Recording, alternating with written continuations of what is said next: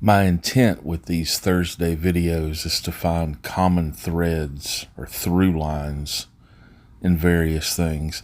Some seem obvious, some maybe not so obvious. These aphorisms caught my attention, and they seemed at first to be fairly straightforward in what ties them together. The more I explored, I wasn't so sure about that. Join me and see where it went. I found it eye-opening. There are no new truths, but only truths that have not been recognized by those who have perceived them without noticing.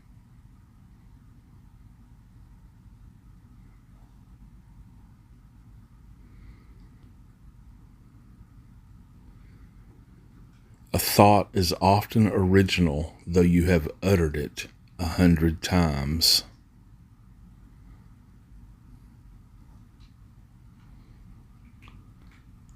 One keeps saying the same thing, but the fact that one has to say it is eerie.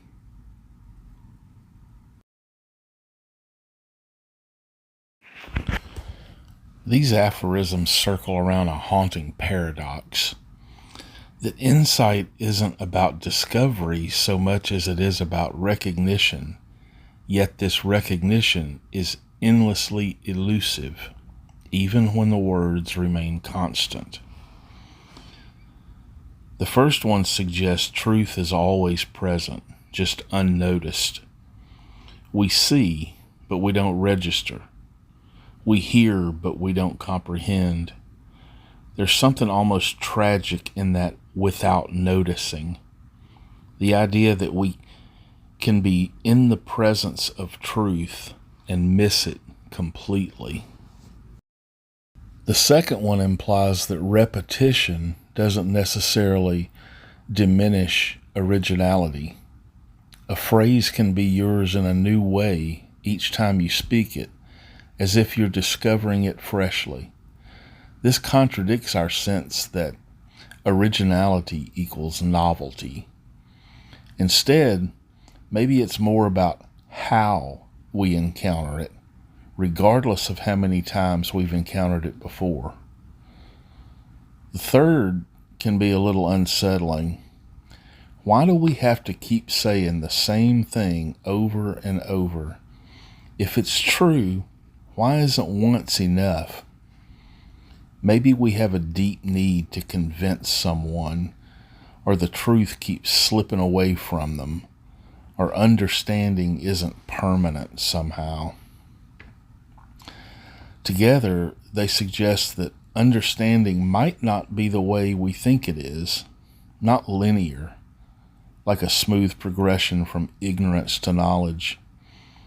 Maybe more like insight is something we have to continually circle back to, like we meet it for the first time again and again. With that first one is perceiving without noticing, like an intuition or feeling that something is true before we discover evidence or corroboration for it being so. Not so much missing what's in front of you, but about knowing something in a way that you can't yet articulate or justify. The truth registers at some level, gives you some impression, but you haven't consciously or completely grasped it yet. This happens all the time. You have an inkling about something or someone, a kind of vague feeling that an idea is right, but you can't explain why. Then later, sometimes much later, you encounter the evidence or corroboration and realize, I already knew this somehow. This makes that aphorism seem richer. Maybe it's saying that truths aren't just out there waiting to be discovered. Maybe not so much about finding the truth, but about bringing it out of the shadows into the light where we can clearly see it. I think truth has something like consciousness inside of it. It wants to be discovered. It makes itself available in so many ways, just kind of waiting to be seen and then saying, welcome. It's like it's courting us. It shows up in something we read, then in a conversation, maybe something we observe, each time slightly differently, as if it's saying, here I am again. Do you see me this time? And it often has that feeling of welcome, not finally you figured it out, more like it was expecting you. It sometimes almost feels like the recognition is mutual. Maybe this is why we keep having to say the same thing. Our attention wanders. We forget. Truth is patient in that way, keeps making itself available in new ways until it finally lands. Maybe these intuitions and perceptions are truth knocking at our door, introducing itself, extending an invitation. There's something compassionate about this persistence, but not demanding, waiting for our welcome when we're finally able to meet it. You know, Jesus said, I am the way, the truth, the life. Truth is personal, conscious, longing to be discovered, welcoming. It's not just a claim about correct information. Truth is a person who seeks a relationship. Along with the way and the life, it says truth isn't an abstract or static, something to be merely understood intellectually. It's dynamic, living, something you walk with and in, a path that's also a companion. This might help understand why truth keeps presenting in different ways, through different encounters. A person who is interested in you doesn't just say hi once and then disappear. They pursue, they wait, they keep showing up. That patient persistence, that welcome is relational. That may be why recognition feels mutual. You aren't just discovering a fact, you're being known as you come to know. That second aphorism was a little harder to understand for me. An original thought that you've uttered many times before. Could that be saying that our way of understanding it is new, or that it possesses through constant revisiting or revising it a sort of ship of Theseus quality? You can say the same exact words 100 times, but each time from a different context, a different depth of life experience. Like the phrase, love requires sacrifice. It probably means something entirely different to a 20-year-old versus a 40-year-old with 2 kids. The ship of Theseus quality is interesting. Through constant revisiting, the thought accrues different layers through associations, refinements, connections to other ideas. By the 100th time, is it really the same thought anymore? What you mean by it, the what it carries with it, has been rebuilt piece by piece over time. Sometimes a thought may be truly yours, genuinely felt, lived, even though you may have said it many times before. Maybe you even heard it said by others many times. The originality of it isn't about it being the first to think it, or even thinking about it differently, but it's about being really real for you in that moment.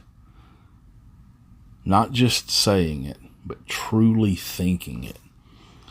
Like the difference between the platitude of love your neighbor versus saying it when you've really grasped it. like when your neighbor's house burns down. The idea of meeting the same thought over and over in different places in life, in time, places of understanding, maturity, that gives it a newness that is really real, as John Vervaeke would say, really real. The thought hasn't changed, you have. This connects it back to that first aphorism, how unrecognized truths become recognized each time you encounter it from a different place. The truth hasn't changed, you have. The thought, like truth, is patient, waiting for you to arrive at the right place to meet it properly. When I first read that last aphorism, it seemed like it was in the context of telling another person something over and over. I think it could apply to oneself, though. After experiencing the concept in the first two aphorisms, that process of discovery, that it becomes really eerie if it has to be constantly reinforced to yourself. If you've truly grasped something, recognized it, met it in that really real way, why does it keep slipping away? Why do you have to keep reminding yourself of it? You have an insight, maybe something profound. You know it. And then days or weeks later, you find yourself acting as if you'd never heard of it. Something eerie in that fragile way of understanding, like consciousness can't hold on to what it's grasped, like a hole in a bucket. I get the picture of being on a diet. You know the healthy thing to eat, but you have to constantly fight that urge to cheat. In this way, it's like we know the truth. We recognize the importance of it, but we fail constantly. I think that may be the cost of admission to humanity.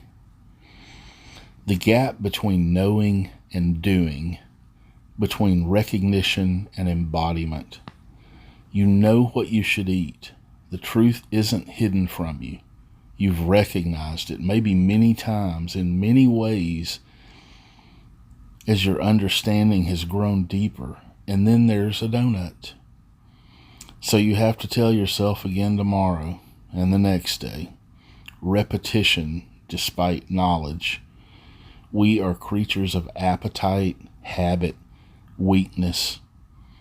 Truth recognized doesn't always mean truth lived.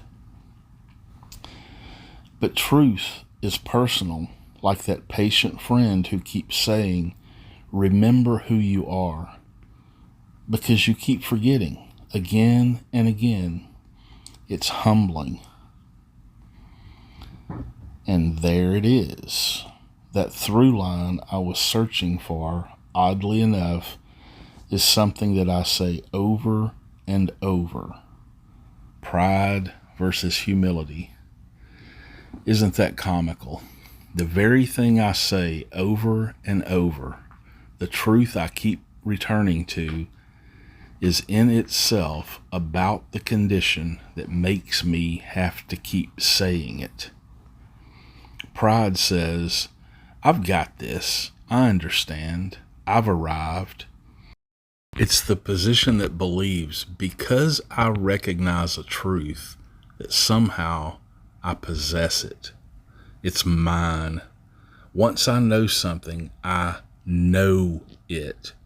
Pride wants to close the loop and be done with it. Humility is what recognizes, I need to hear this again. I keep forgetting.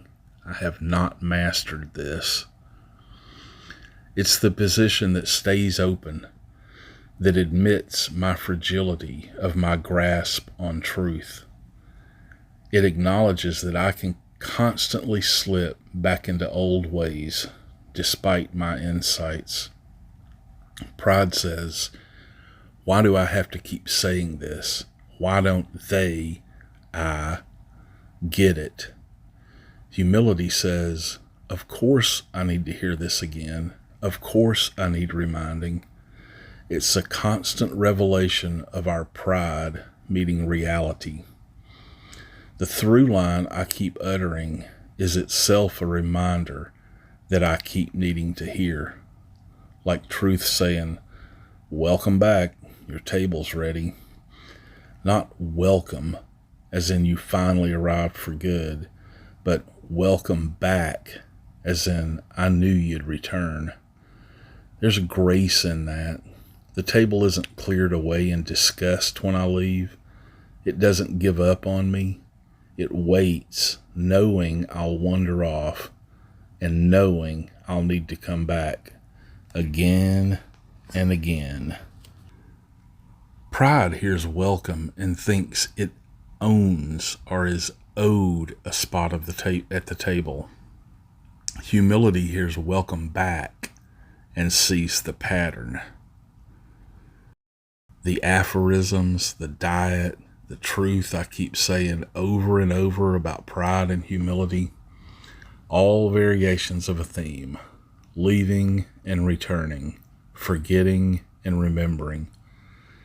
The eeriness of needing to say it again and again, meeting the comfort of truth, saying, I'm still here. Welcome back. I hope you get something out of this. Thanks for watching.